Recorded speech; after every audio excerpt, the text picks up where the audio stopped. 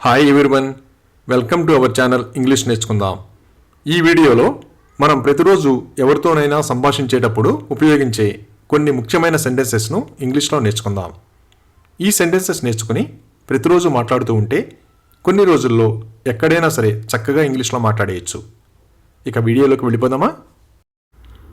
ఎవరైనా నిజాయితీగా ఉండాలని కోరుకుంటాం కదా. నువ్వు నిజాయితీగా ఉంటే చాలు. It's enough if you are honest. It's enough if you are honest. నేను ఇక్కడికి ఎందుకు వచ్చానో మర్చిపోయాను. I forgot why I came here. I forgot why I came here. ఎవరైనా తప్పు చేస్తే దానికి మనం బాధ్యత వహించం కదా. అతను చేసిన దానికి నేను బాధ్యత వహించను. I am not responsible for what he did. I am not responsible for what he did. నేను నిన్ను నిందించడం లేదు. I am not blaming you. I am not blaming you. ఏదైనా ప్రారంభించే ముందు పరిస్థితిని అర్థం చేసుకోవాలి కదా. మనం ముందుగా పరిస్థితిని అర్థం చేసుకుందాం. Let's understand the situation first. Let's understand the situation first. నేను రేపు మీ డబ్బు తిరిగి చెల్లిస్తాను. I will repay your money tomorrow. I will repay your money tomorrow. బాగా అలసటగా ఉన్నప్పుడు త్వరగా నిద్రలేపొద్దని చెబుతాం కదా. దయచేసి నన్ను త్వరగా నిద్రలేపకండి. Please don't wake me up early. Please don't wake me up early. మాకు 5 గంటలు విద్యుత్ సరఫరా లేదు. We had no power for 5 hours. We had no power for 5 hours. ఏదైనా ముఖ్యమైన పని ఉంటే గుర్తు చేయమని చెబుతాం కదా. రేపు నాకు గుర్తు చేయండి. Remind me tomorrow. Remind me tomorrow.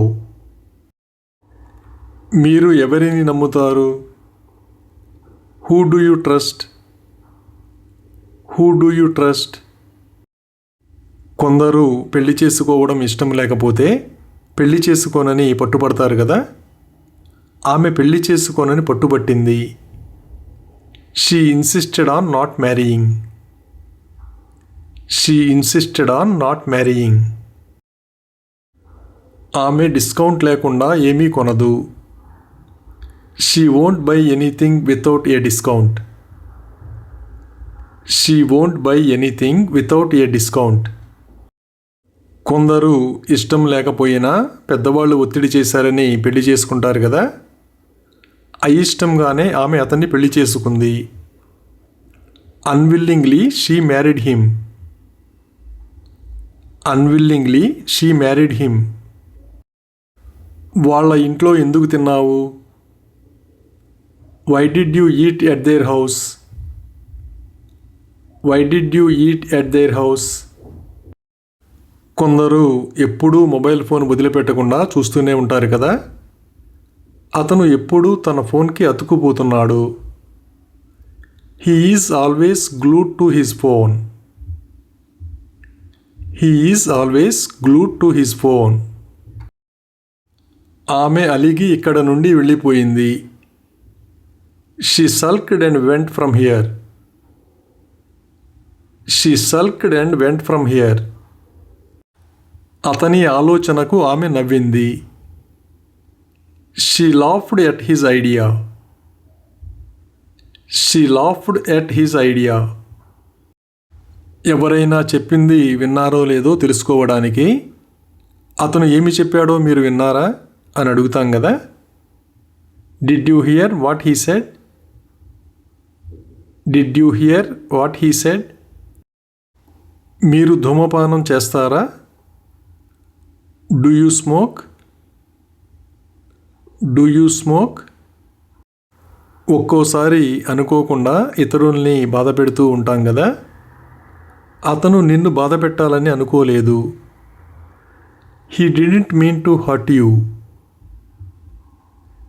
He didn't mean to hurt you. అతను ప్రతి ఖర్చును లెక్కిస్తాడు. He calculates every expense. He calculates every expense. ఇతరులతో పోల్చితే ఎవరికీ ఇష్టం ఉండదు కదా. నన్ను ఇతరులతో పోల్చడం నాకు ఇష్టం ఉండదు. I don't like being compared to others. I don't like being compared to others. వంటలో ఎక్కువ నూనె వాడితే ఆరోగ్యానికి మంచిది కాదు కదా. వంటలో ఎంత తక్కువ నూనె వాడితే అంత మంచిది. The less oil you use in cooking, the better. The less oil you use in cooking, the better. వచ్చే ఆదివారం మా మేనకోడలి పుట్టు వెంట్రుకల వేడుక. Next Sunday is our niece's tonsure ceremony. Next Sunday is our niece's tonsure ceremony. కొన్ని బస్సులు ఎప్పుడో ఒకసారి ఆలస్యంగా వస్తాయి కదా. బస్సు చాలా అరుదుగా ఆలస్యంగా వస్తుంది. The bus is rarely late. The bus is rarely late. నేను ఇకపై విషయాలను తేలికగా తీసుకోను.